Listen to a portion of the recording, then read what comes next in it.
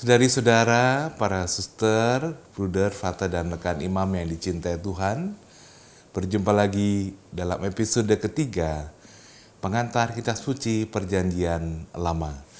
Dalam episode ini, kepada kita akan dihantar mengenai kitab Kejadian bagian awal. Kitab Kejadian bab 1 sampai 11 dan bab 12 hingga 50. Periode pertama dari kitab Kejadian. Kita akan melihat bagaimana pengenalan umat Israel akan Allah Yahweh ternyata mengalami pertumbuhan dan perkembangan. Pengenalan dan pertumbuhan tentang Allah Yahweh itulah yang meneguhkan perjalanan iman umat Allah Perjanjian Lama. Semoga kita bisa banyak memetik inspirasi iman dari episode ini. Selamat mendengarkan, selamat merenungkan, dan selamat berdoa.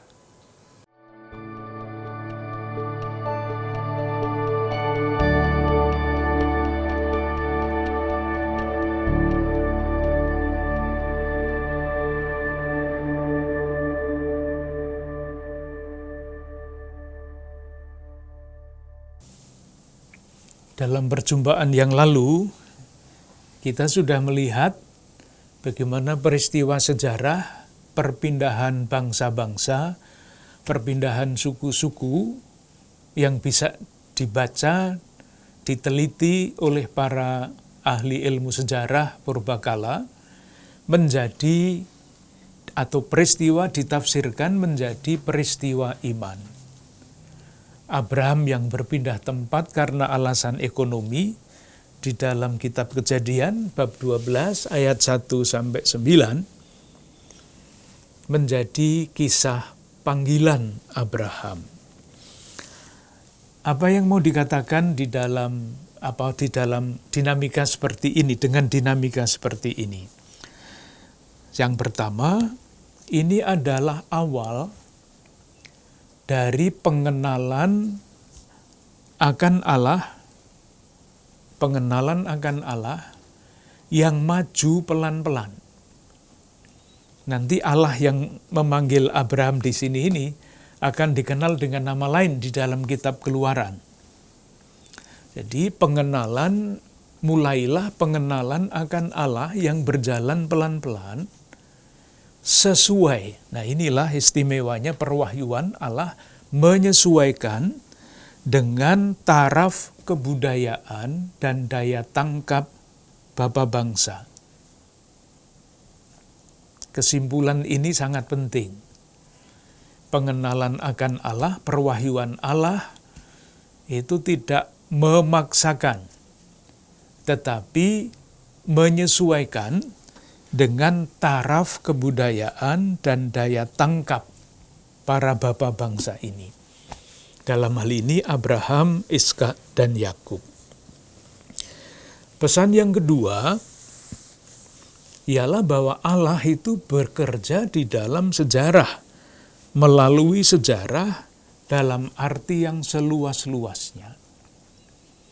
Ini juga sangat penting, bukan hanya dulu tetapi kesimpulan sekarang juga seperti ini. Allah berkarya, bekerja, melaksanakan karya keselamatannya di dalam sejarah. Sehingga, ini pesan penting ya, sehingga sejarah kita adalah sejarah karya keselamatan Allah. Silakan rasakan pernyataan ini. Sejarah kita, sejarah umat manusia adalah sejarah karya keselamatan Allah. Tantangannya adalah menemukan Allah di dalam sejarah. Para penulis Perjanjian Lama menemukan Allah di dalam peristiwa migrasi suku-suku itu. Ternyata Allah menuntun, melindungi, memberi jaminan. Moga-moga yang saya maksudkan jelas. Langkah berikutnya, nanti kalau ada kesempatan, silahkan membaca kitab Kejadian bab 12 sampai dengan bab 50. Sebetulnya kita hafal ceritanya atau ngertilah garis besarnya karena sudah sering diceritakan pada waktu kita masih mengikuti pelajaran agama dulu. Ceritanya begini dari bab 12 sampai dengan bab 36 kitab Kejadian, bab 12 sampai bab 36 itu adalah kisah mengenai Abraham, Yakub, sampai di situ.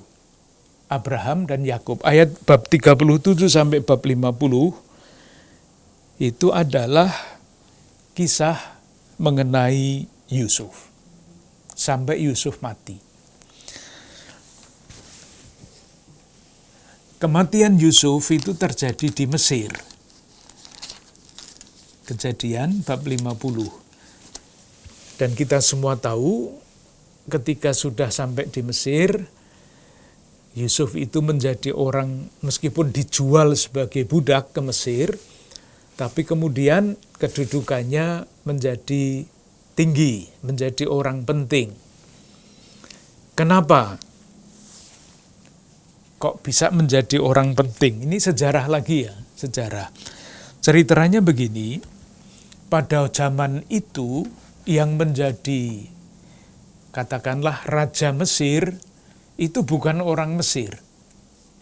Tetapi disebut, nanti juga bisa dicari di Google, yang namanya bangsa Hyksos. Asalnya dari Asia. Syria Palestina. Nah, ketika Yusuf yang adalah orang-orang yang berasal dari Asia itu datang ke Mesir, dengan sendirinya dia diterima.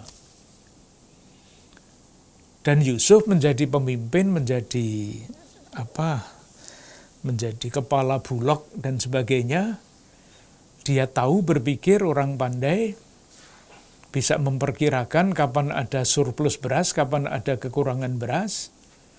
Dan ketika di Mesir terjadi bencana, kekurangan pangan, nah itulah stok-stok beras itulah yang dikeluarkan oleh Yusuf supaya bangsa Mesir tidak kelaparan dan bangsa-bangsa lain bisa datang ke situ. Itu alasan sosial ekonomi yang membuat anak-anak Yusuf masuk ke Mesir. Alasan sosial ekonomi. Jadi semuanya bisa diceritakan dengan latar belakang itu. Tetapi kemudian di dalam kitab suci ceritanya kan menjadi sangat dramatis, menjadi lain. Nanti akan kita lihat, diceritakan mengapa akhirnya Allah membawa Yusuf ke Mesir. Nanti akan kita lihat. Sekarang kita coba melihat dalam bentuknya yang sekarang. Tadi kan saya mengusulkan dibaca bab 12 sampai bab 50 dengan kisah Yakub, anak-anak Yakub, Abraham, Yakub, dan akhirnya Yusuf sampai ke Mesir. Nah, dalam bentuknya yang sekarang ini ada pendahuluan yang kita temukan di dalam kitab Kejadian bab 1 ayat 11. Jadi kan sejarahnya mulai dari bab 12. Tetapi kemudian ada bab 1 kitab Kejadian sampai bab 11. Ini peranannya apa di dalam bentuknya yang sekarang ini? Secara singkat, peranan Kejadian bab 1 sampai bab 11 adalah menjadi pendahuluan. Pendahuluan dalam berbagai macam arti. 1. Pendahuluan bagi kitab Kejadian. Karena apa? Karena pada bab 1 sampai dengan bab 11 itu diceritakan asal-usul Abram. Saya tunjukkan beberapa ayat yang mempermudah, moga-moga. Jadi saya mau menunjukkan sekarang kitab Kejadian 1 sampai bab 11 itu pendahuluan untuk kisah Abraham. Artinya pada bab-bab itu ditunjukkan garis dari Adam manusia pertama sampai Abraham itu garisnya kayak apa. Ada banyak nama, saya tunjukkan yang penting-penting saja supaya tidak bingung dengan berbagai macam nama ini. Silahkan lihat bab 5 kitab Kejadian. Bab 5 ayat 1. Inilah daftar keturunan Adam. Jadi didaftar terus keturunan Adam. Saya loncat ke ayat 28. Jadi Adam bab 5 ayat 1, kemudian ayat 28. Setelah Lameh hidup 182 tahun, ia memperanakkan seorang anak laki-laki dan memberi nama Nuh kepadanya. Jadi muncullah Nuh. Ini disebut karena berkaitan dengan peristiwa air bah. Sekarang mulai dari Nuh, kita mau kemana? Bab 5 ayat 32. Setelah Nuh berumur 500 tahun, pasti tidak 500 tahun ya. Setelah Nuh berumur 500 tahun, ia memperanakkan Sem, Ham, dan Yafet. Ya sudah sampai di situ. Jadi Adam, Nuh mempunyai 3 anak, Sem, Ham, dan Yafet. Kita terus dengan 3 nama itu. Bab 9. Kitab Kejadian, bab 9, ayat 18. Anak-anak Nuh yang keluar dari bahtera ialah Sem, Ham, dan Yafet. Masih sama. Ham adalah bangsa Kanaan, ayat 18. Apa yang terjadi kemudian? Ayat 25, berkatalah ia, terkutuklah Kanaan, hendaklah ia menjadi hamba yang paling hina bagi saudara-saudaranya. Jadi Kanaan yang menjadi tempat tinggal Abraham yang baru, itu dikutuk. Anaknya Ham. Kemudian Sem. Ayat 26 bab 9, terpujilah Tuhan Allah Sem, tetapi hendaklah Kanaan menjadi hamba baginya. Kanaan menjadi hamba bagi Sem. Ini dari kata Sem ini nanti menjadi Semit. Ayat 27, Allah meluaskan kiranya tempat kediaman Yafet, dan hendaklah ia tinggal dalam kemah-kemah Sem, tetapi hendaklah Kanaan menjadi hamba baginya. Bab 10 ayat 21. Jadi yang Ham sudah kita tinggal ya. Ini sudah dikutuk, jadi sudah ditinggal saja. Sekarang kita ke Sem. Bab 10 ayat 21. Lahirlah juga anak-anak bagi Sem, bapa semua anak Eber serta abang Yafet. Lalu ayat 22 disebut nama anak-anak Sem. Dan tidak usah dihafalkan. Kalau perlu tidak usah dibaca. Susah. Nah, Sem ini muncul kembali pada bab 11 ayat 10. Inilah keturunan Sem. Silsilahnya itu bisa macam-macam ya. Tadi sudah disebutkan. Anak-anak bagi Sem pada bab 10 ayat 21. Sekarang disebut lagi pada bab 11 ayat 10. Inilah keturunan Sem. Loncat sampai kemana? Bab 11 ayat 24.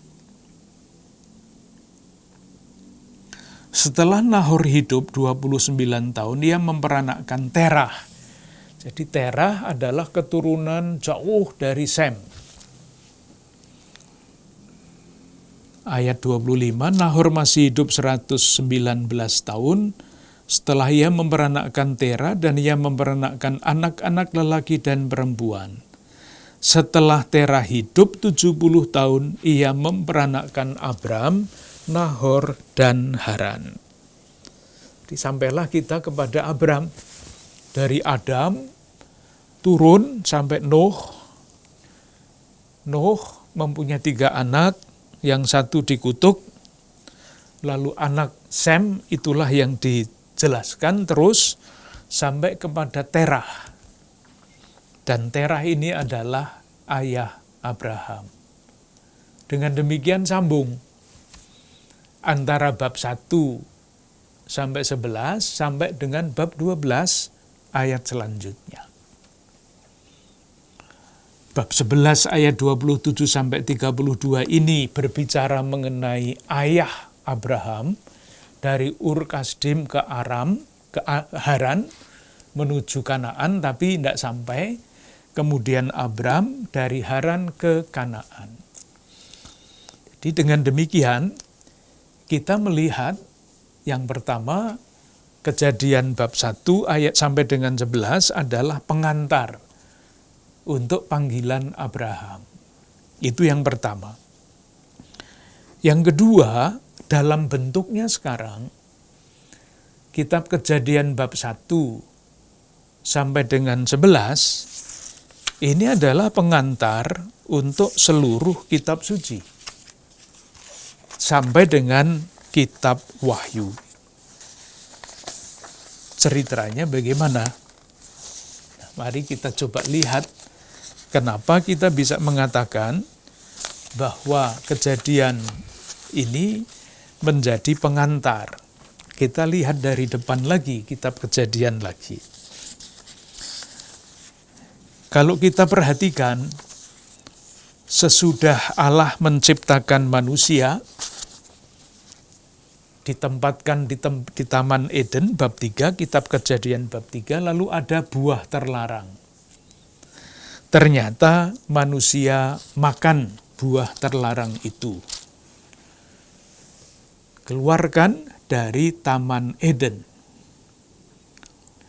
Kita baca ya, bab 3, ayat 1-14, nanti silahkan baca sendiri, judulnya sudah jelas.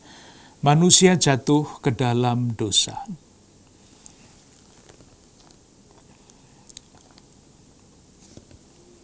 Karena jatuh ke dalam dosa, maka manusia dikutuk. Saya baca ayat 14.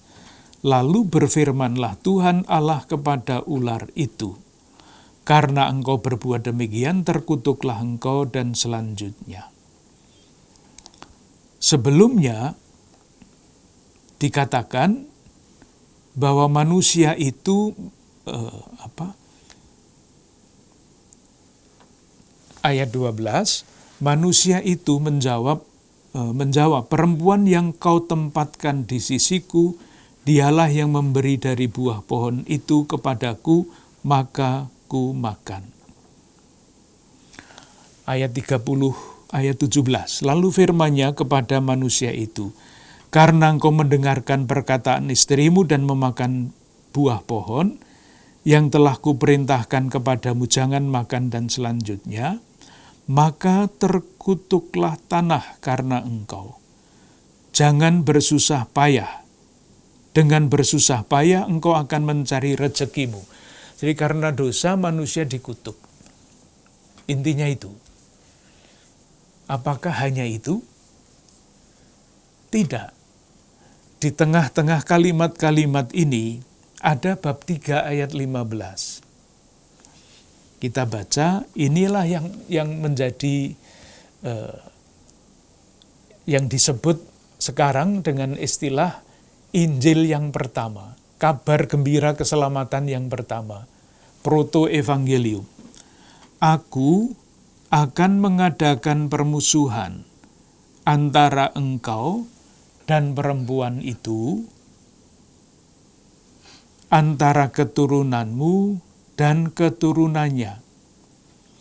Keturunannya akan meremukkan kepalamu, dan engkau akan meremukkan tumitnya. Ini ayat ini sekarang oleh Gereja Katolik dimengerti sebagai Injil awal. Dari mana? Lah ini, pernah melihat patung Bunda Maria yang menginjak ular? Lah ini, gambar itu, patung itu asal-usulnya di sini. Aku akan mengadakan permusuhan antara engkau itu ular ini, dan perempuan ini, antara keturunanmu dan keturunannya. Keturunan perempuan itu siapa?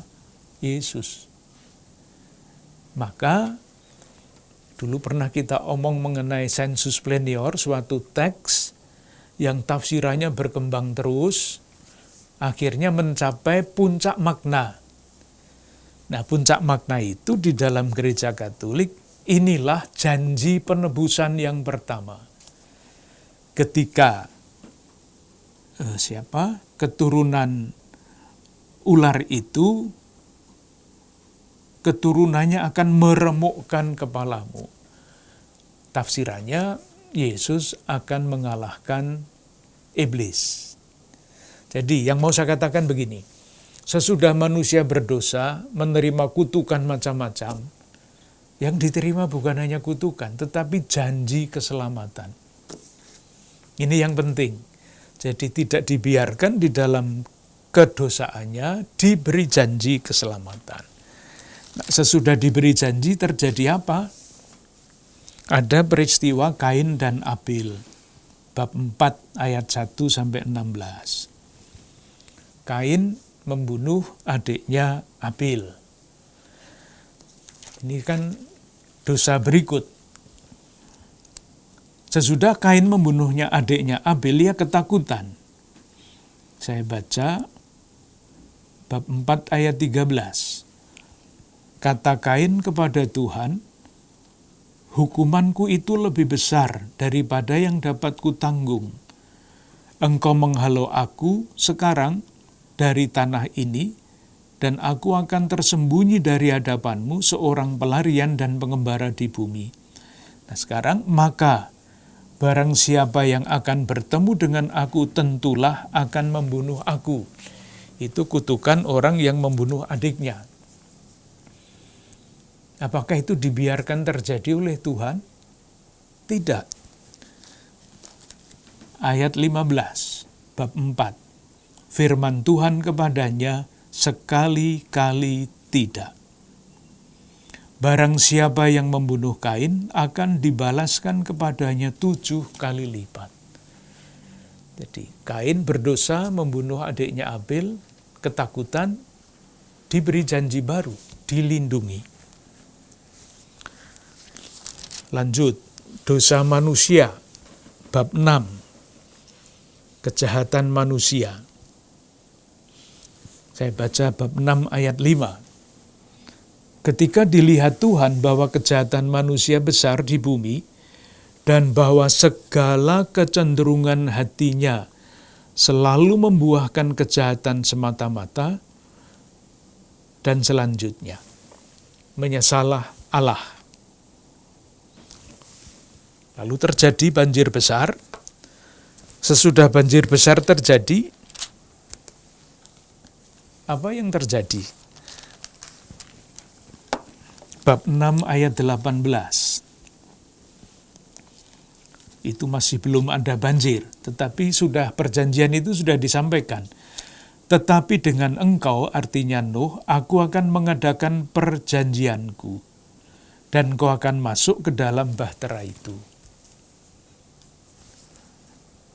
Bab 9, ayat 9. Nah ini perjanjiannya sesudah air bah itu, bab 9 ayat 9. Sesungguhnya aku mengadakan perjanjianku dengan kamu dan dengan keturunanmu dan dengan segala makhluk hidup yang bersama-sama dengan kamu. Dan selanjutnya, jadi air bah, manusia berdosa dihukum, diberi janji baru. Apakah selesai di situ? Tidak. Bab 11 masih ada Menara Babel.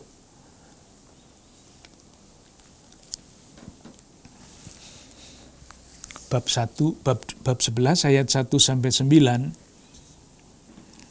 Ayat 4, marilah kita dirikan bagi kita sebuah kota dengan sebuah menara yang puncaknya sampai ke langit. Dan marilah kita cari nama supaya kita jangan terserak di seluruh bumi. Lalu turunlah Tuhan. Ini bahaya kemajuan zaman. Menyamai ingin membangun kota sampai ke langit. Lalu Tuhan turun, ayat 6, Ia berfirman, mereka ini suatu bangsa dengan satu bahasa untuk semuanya. Ini barulah permulaan usaha mereka. Mulai dari sekarang, apapun juga yang mereka rencanakan, tidak ada yang tidak akan dapat terlaksana. Maka bahasanya dicerai-beraikan. Nah, sesudah bahasa manusia dicerai-beraikan karena dosa Menara Babel ini, oleh pengarang kitab suci pada suatu titik tertentu dalam perkembangan kitab suci, ditempatkanlah panggilan Abraham. Nangkap ya? Jadi manusia pertama berdosa, diberi janji. Kain membunuh adiknya Abel, berdosa. Kain diberi janji. Manusia berdosa, dihukum. Nuh diberi janji. Dosa lagi, Menara Babel. Janjinya kepada siapa? Kepada Abraham. Dengan demikian, sejarah karya keselamatan Allah itu mulai dengan panggilan Abraham, yaitu dengan panggilan Bapa-Bapa bangsa Israel. Dengan demikian, kalau kita mengerti dengan cara itu, lalu kita bisa mengatakan bahwa kitab Kejadian bab 1 sampai dengan bab 11 adalah pendahuluan dari seluruh karya penyelamatan Allah yang akan disempurnakan pada waktunya. Dan itulah yang diceritakan di dalam kitab Wahyu. Moga-moga jelas. Kita lanjutkan. Kita lanjutkan dengan apa ya? Sebentar. Ini.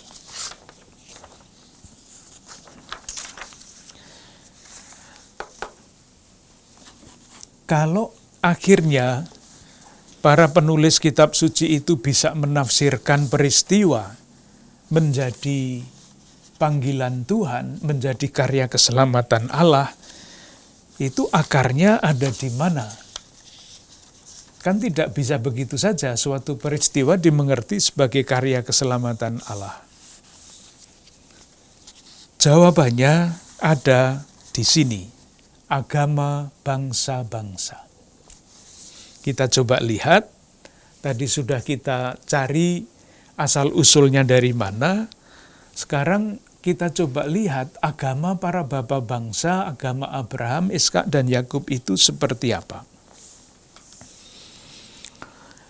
Yang pertama, Allah para bapa bangsa itu disebut dengan nama El.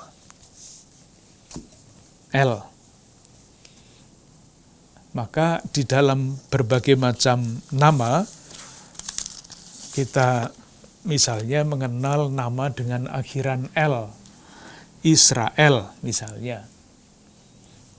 Apa artinya Israel? Allah itu kuat misalnya.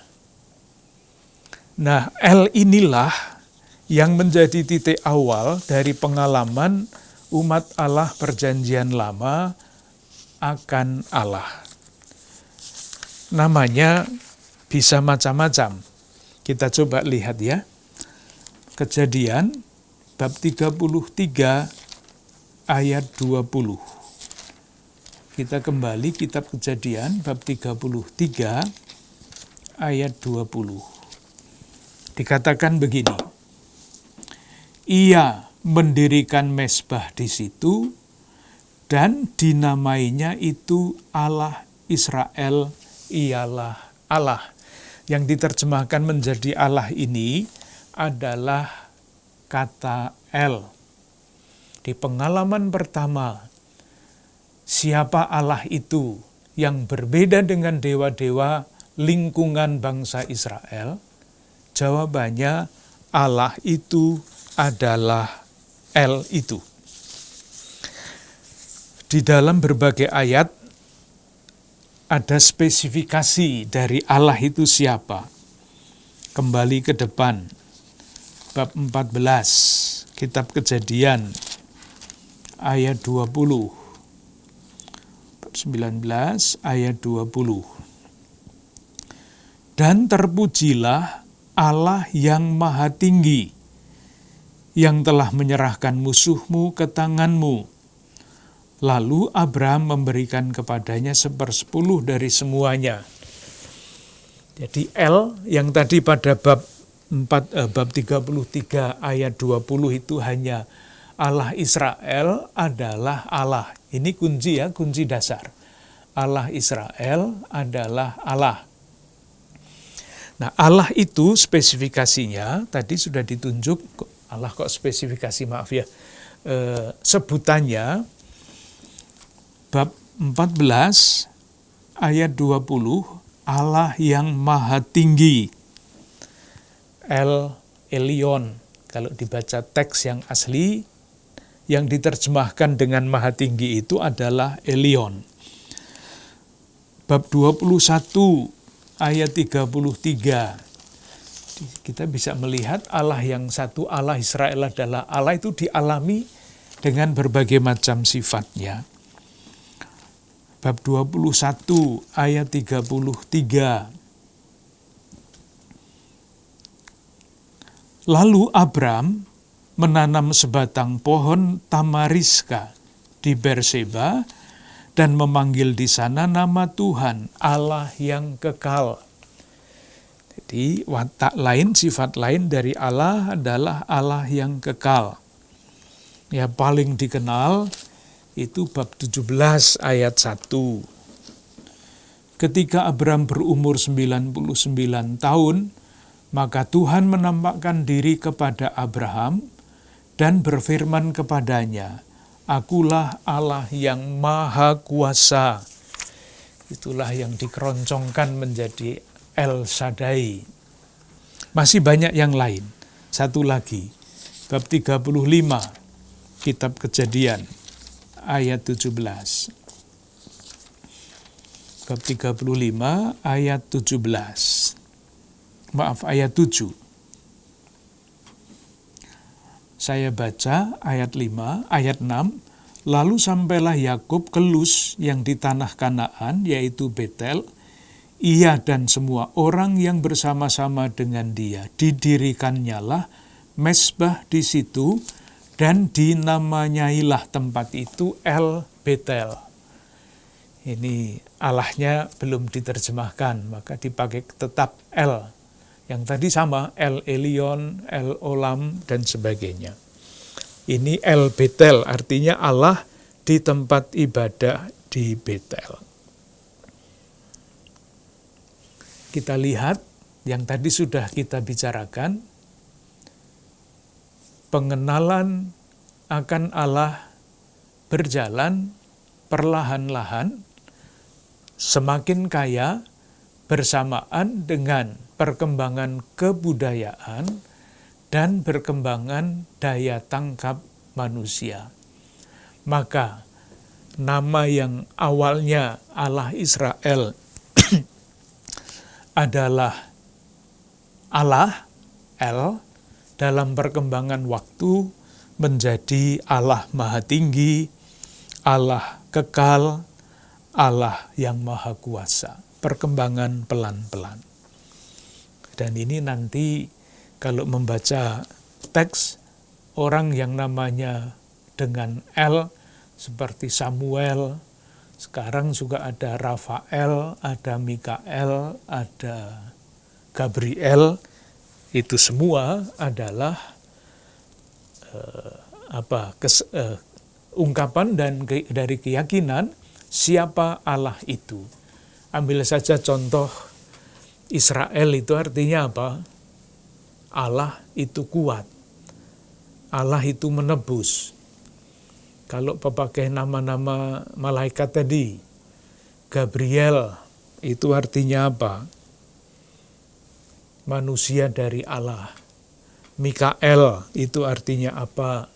Siapa yang seperti Allah? Rafael itu artinya apa? Allah itu menyembuhkan.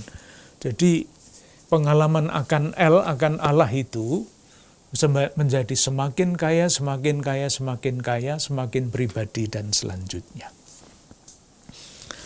Itu kalau kita berpegang pada nama dasar. Berdasarkan Kejadian bab 33 ayat 20.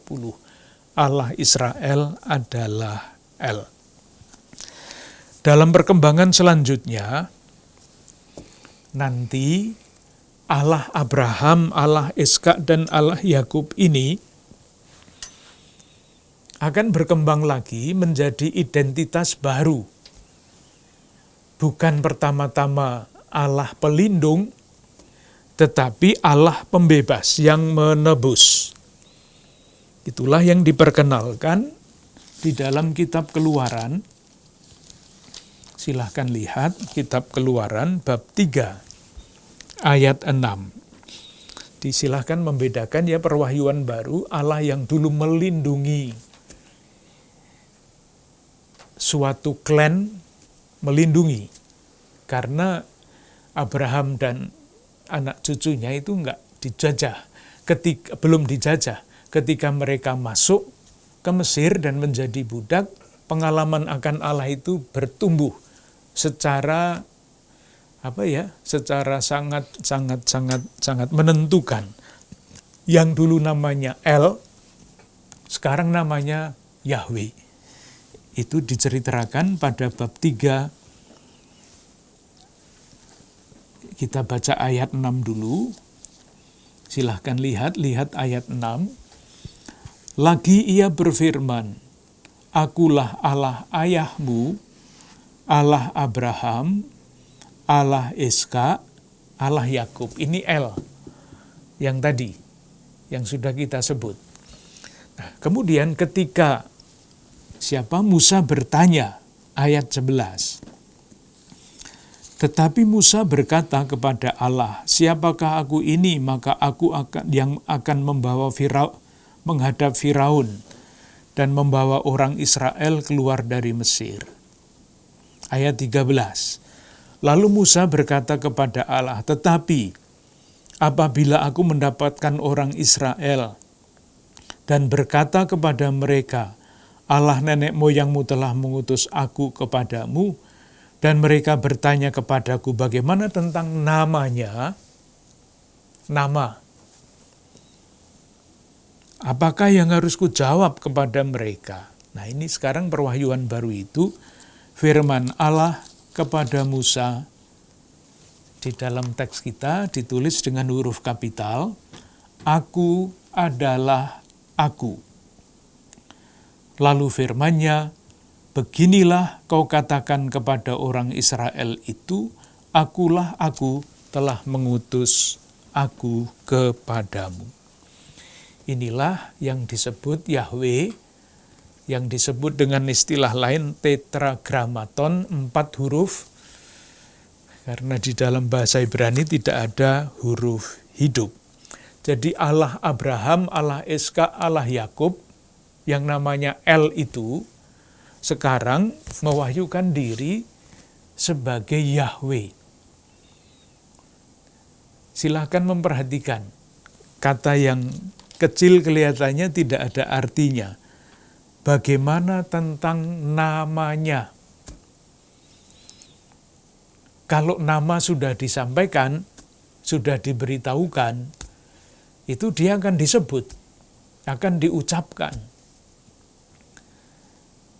Jadi kalau di sini Allah yang El itu mewahyukan namanya sebagai Yahweh, maka berarti Allah itu menyerahkan kepada manusia untuk memanggilnya. Sehingga Allah itu bukan rahasia lagi. Nanti menjadi alasan Allah itu bukan hanya Allah yang jauh, tetapi Allah yang dekat. Perkembangan kitab suci pada periode ini bagian yang terakhir dari bab 1. Di periode para bapa bangsa, ceritanya seperti itu, sekarang menjadi seperti ini, sekarang ya, perkembangannya sebelum menjadi seperti ini, seperti apa? Yang pertama, sampai tahap ini, jadi tadi kita membatasi 1800 sampai 1600 sebelum Masehi. Belum ada bagian apapun dari kitab suci Perjanjian Lama yang sudah tertulis. Belum ada. Tetapi apa yang ada? Sejumlah kisah. Jadi cerita-cerita mengenai macam-macam hal yang kita temukan pada Kejadian bab 12 sampai 50 itu sudah ada ceritanya. Tulisannya belum. Yang berasal dari para bapa bangsa diteruskan secara lisan. Turun-temurun sampai dengan zaman kerajaan.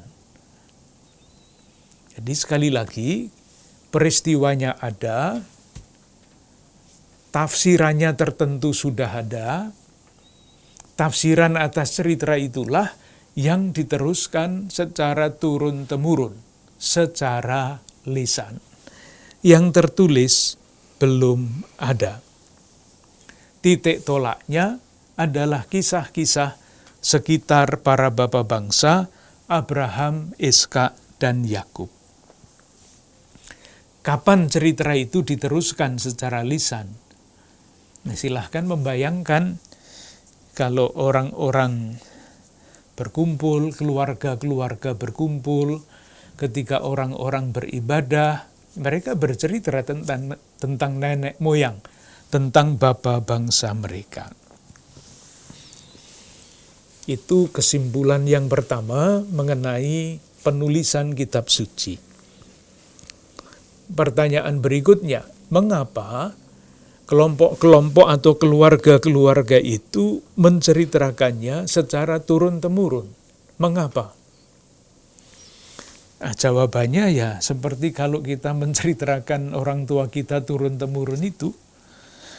Misalnya, menanamkan rasa bangga terhadap para perintis, nenek moyang. Mungkin melihat 1-2 teks ya daripada abstrak begitu. Konkret sekali. Silahkan melihat kitab Kejadian bab 10, bab 12 ayat 10 sampai 20. Kita lihat saja beberapa ayat-ayat 11. Abram di Mesir, nanti dibaca ceritanya menarik. Pada waktu ia akan masuk ke Mesir, berkatalah ia kepada Sarai istrinya, "Memang aku tahu bahwa engkau adalah seorang perempuan yang cantik parasnya. Apabila orang Mesir melihat engkau, mereka akan berkata, itu istrinya. Jadi mereka akan membunuh aku dan membiarkan engkau hidup. Katakanlah bahwa engkau adikku." Jadi di situ ditulis dengan sangat bagus ayat 11. Memang aku tahu bahwa engkau adalah seorang perempuan yang cantik parasnya. Jadi anak-anak cucu-cucu Sarai itu diingatkan, itu nenek moyangmu itu orangnya sangat cantik, itu kan membawa rasa kebanggaan yang besar. Bab 20 misalnya ayat 1 sampai 18 diulang-ulang terus cerita-cerita seperti itu. Abraham dan Abimelekh. Sama ceritanya seperti yang tadi. nenek moyang yang lain Ribka pada Kejadian bab 26. Kejadian bab 26 ayat 7. Ketika orang-orang di tempat itu bertanya tentang istrinya, ini tentang Iska, berkatalah ia, dia saudaraku, sebab ia takut mengatakan dia istriku, karena pikirnya, jangan-jangan aku dibunuh oleh penduduk tempat ini karena Ribka, sebab elok parasnya. Itu salah satu alasan mengapa cerita-cerita tentang pribadi-pribadi itu disimpan. Untuk mewariskan kebanggaan, untuk menanamkan rasa bangga terhadap nenek moyang. Alasan yang lain, nanti silahkan juga membaca misalnya bagaimana Yakub itu sampai akhirnya mendapat berkat. Kan dia mengelabui kakaknya Esau, mendapat hak sebagai anak sulung. Itu hebat, nanti bisa dibaca kitab Kejadian bab 25 dan bab 30. Itu nanti tafsirannya Allah bisa menggunakan untuk karya keselamatannya hal-hal yang sebetulnya dalam arti tertentu tidak bagus diceritakan. Hal-hal yang penting untuk kehidupan sehari-hari, misalnya mengenai sumur. Untuk kita sekarang sumur tidak penting ya, yang penting ada air entah dari manapun. Tapi sumur pada waktu itu adalah jaminan hidup. Misalnya hak milik tentang sumur, Kejadian bab 21. Kejadian bab 21 ayat 22 sampai 34. Perjanjian Abraham dengan Abimelekh. Saya baca beberapa ayat yang penting untuk tahu kisahnya. Ayat 22. Pada waktu itu Abimelekh beserta Pikhol, panglima tentaranya, berkata kepada Abraham, Allah menyertai engkau dalam segala sesuatu yang kau lakukan. Oleh karena itu, bersumpahlah kepadaku di sini demi Allah, bahwa engkau tidak akan berlaku curang. Dituntut perjanjian. Ayat 25, tetapi Abraham menyesali Abimelekh tentang sebuah sumur yang telah dirampas oleh hamba-hamba Abimelekh. Di sumurnya Abraham dirampas oleh raja itu. Lalu, apa yang selanjutnya terjadi? Ayat 32. Ayat 30. Jawabnya, ketujuh anak domba ini harus kau terima dari tanganku untuk menjadi tanda bukti bagiku bahwa akulah yang menggali sumur itu. Ini perdebatan tentang sumur. Sumurnya Abraham dirampas oleh anak buahnya Abimelekh. Lalu Abraham memberikan anak domba, 7 anak domba. Diberikan kepada raja, diterima. Nah, kalau menerima hadiah itu artinya Abimelekh setuju bahwa pemilik sumur itu adalah Abraham, yang menggali sumur itu adalah Abraham. Karena dengan sumur itu nanti ternak-ternaknya mendapat minum. Kalau sumurnya punya orang lain, bisa habis semua ternak-ternak yang dia gembalakan itu. Tempat ibadah, misalnya Kejadian bab 28, bahwa tempat ibadah ini adalah tempat ibadah yang punya sejarah, menjadi penting di dalam sejarah mereka. Bab 28 ayat 10 sampai 22 mengenai mimpi Yakub di Betel. Saya baca ayat 10. Maka Yakub berangkat dari Berseba dan pergi ke Haran. Ayat 16. Lalu dia bermimpi. Ayat 16. Ketika Yakub bangun dari tidurnya, berkatalah ia, sesungguhnya Tuhan ada di tempat ini dan aku tidak mengenalnya. Ayat 19. Ia menamai tempat itu Betel, dahulu nama kota itu Luz. Lalu dibaca ayat 20, lalu bernasarlah Yakub, jika Allah akan menyertai dan akan melindungi aku di jalan yang ketempuh ini, memberikan kepada kau roti untuk dimakan dan pakaian untuk dipakai, sehingga aku selamat kembali ke rumah ayahku, maka Tuhan akan menjadi Allahku. Nih, jadi dengan demikian, Betel itu menjadi tempat yang begitu penting bagi sejarah anak-anak Abraham. Yang terakhir, tadi sudah kita katakan bahwa periode Bapa Bangsa itu mulai dari tahun 1800 sebelum Masehi sampai dengan tahun 1600 sebelum Masehi. Jangka waktunya sangat panjang. Jangka waktu yang sangat panjang itu tidak banyak diketahui. Syukur bahwa ilmu purbakala membantu kita banyak untuk memahami hal-hal yang menjadi latar belakang di dalam kitab suci ini. Jadi misalnya Kejadian bab 15 ayat 3.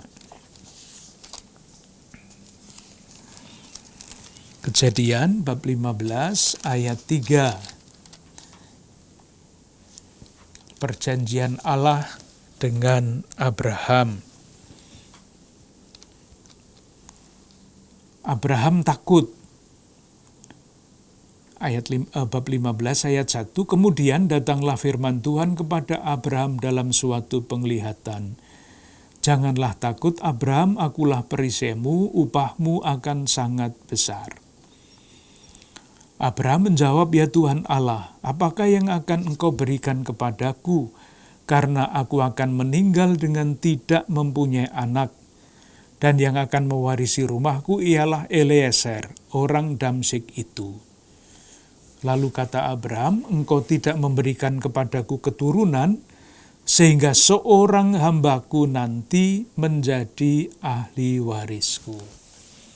Jadi kebiasaan dari keluarga-keluarga yang tidak dikaruniai anak, itu istrinya boleh mengangkat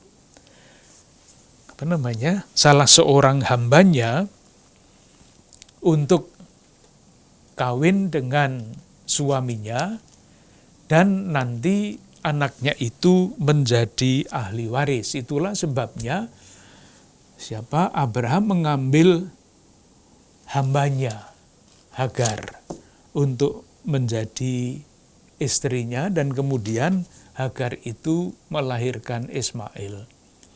Tetapi sebetulnya itu tidak dikehendaki oleh Tuhan, karena Tuhan akan tetap berpegang pada janjinya akan memberikan anak kepada Abraham dan Sarai, dan kemudian muncullah Ishak. Itulah anak yang terjanji. Di kebiasaan seperti itu ada di lingkungan para masyarakat sejaman dengan zamannya para bapa bangsa. Salah satu contoh, bab 31 kitab Kejadian ayat 19. 31 ayat 19. Ini soal pencurian suatu benda yang namanya terafim. 31 ayat 19. Ini ceritanya begini. Adapun Laban telah pergi menggunting bulu domba-dombanya. Ketika itulah Rachel mencuri terafim ayahnya. Dan Yakub mengakali Laban, orang Aram itu, dengan tidak memberitahukan kepadanya bahwa ia mau lari. Demikianlah ia lari dengan segala harta miliknya. Ia berangkat menyeberangi sungai Efrat dan berjalan menuju Gilead. Yang namanya terafim di Mesopotamia itu adalah, kalau nanti melihat atlas kitab suci yang ada gambar-gambarnya, ini adalah patung berhala dewa keluarga. Jadi rupa-rupanya setiap keluarga ini mempunyai jimat lah kalau zaman sekarang. Dan dengan jimat itu dia menjadi sakti, menjadi kaya, menjadi segala macam. Nah, kalau jimat itu dicuri oleh orang, bukannya yang punya itu yang akan mendapatkan berkat, tapi yang mencuri itulah yang akan mendapatkan berkat. Hal-hal seperti itu ada di latar belakang kisah-kisah ini. Jadi, kalau mau disingkat, kita akan merencanakan 3 ya. Sejarah masyarakat Timur Tengah pada waktu itu migrasi. Peristiwa sejarah ditafsirkan sebagai karya keselamatan Allah. Panggilan migrasi Abraham ditafsirkan sebagai panggilan Abraham. Tidak mempercayakan diri lagi pada keluarga, pada tanah, pada milik, tetapi andalannya adalah Allah. Siapa Allah itu? Namanya El. Umum sekali. Sebutannya bukan namanya, sebutannya El. El itu Allah dalam bahasa Arab, dalam bahasa kita, Allah. Tadi di dalam kitab Kejadian bab 33 ayat 20. Allah Israel adalah El, Allah. Dalam perjalanan waktu, pengalaman akan Allah itu berkembang. Menjadi Allah Maha Tinggi, menjadi Allah kekal, menjadi Allah Maha Kuasa, macam-macam. Pada suatu titik di dalam sejarah, yaitu ketika bangsa Israel dibebaskan dari Mesir, Allah menyatakan namanya. El masih jauh, tetapi ketika Allah itu menyatakan namanya, maka dia bisa dipanggil. Artinya Allah menyerahkan dirinya kepada manusia untuk dipanggil. Namanya Yahweh. Kalau dulu El itu adalah Allah pelindung yang mendampingi bangsa itu di dalam pengembaraan, Allah yang ini yang menyatakan namanya sebagai penyelamat, sebagai Yahweh itu adalah Allah pembebas, Allah penyelamat. Titik awal baru dari sejarah umat Allah Israel. Nah, pada periode ini belum ada teks kitab suci. Yang ada adalah kisah-kisah yang berkaitan dengan peristiwa-peristiwa penting di dalam sejarah, peristiwa-peristiwa penting di dalam berkaitan dengan pribadi-pribadi tokoh-tokoh sejarah itu. Itu diingat, diteruskan turun-temurun, dan pasti ditambah-tambah atau disesuaikan dengan zaman kapan cerita itu disampaikan. Ketika cerita itu awal disampaikan, mungkin variasinya masih kurang. Tetapi dalam perkembangan zaman, cerita awal yang berbunyi begini, mungkin di dalam perjalanan waktu diceritakan ulang oleh orang lain, ditambah ini, ditambah itu, sehingga ada bermacam-macam cerita yang mengenai hal yang sama, tetapi isinya tidak sama. Dan itulah yang sekarang kita temukan di dalam kitab suci, lewat proses itu, tetapi baru mulai ditulis menurut para ahli itu pada abad ke-10. Terima kasih, nanti kita lanjutkan pada periode berikutnya, yaitu keluaran dari Mesir.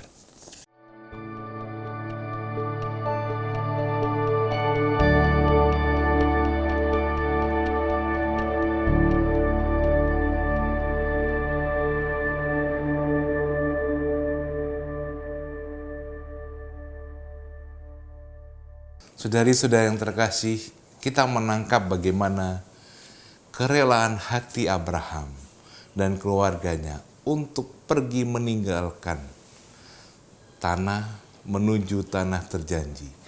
Keyakinan iman akan penyelenggaraan dan kasih setia Tuhan yang sungguh inspiratif bagi kita. Kita akan melanjutkan pembahasan kitab Kejadian pada episode berikutnya, dan pasti akan semakin banyak inspirasi dan insight iman yang bisa kita dapatkan minggu depan. Terima kasih, mari kita mohon berkat Tuhan. Allah yang Maha Kasih mencurahkan kepada kita semua, keluarga-keluarga dan komunitas kita, rahmat kesehatan, damai sejahtera, dan perlindungannya yang tanpa batas, dalam nama Bapa, Putra, dan Roh Kudus. Amin. Selamat malam. Terima kasih.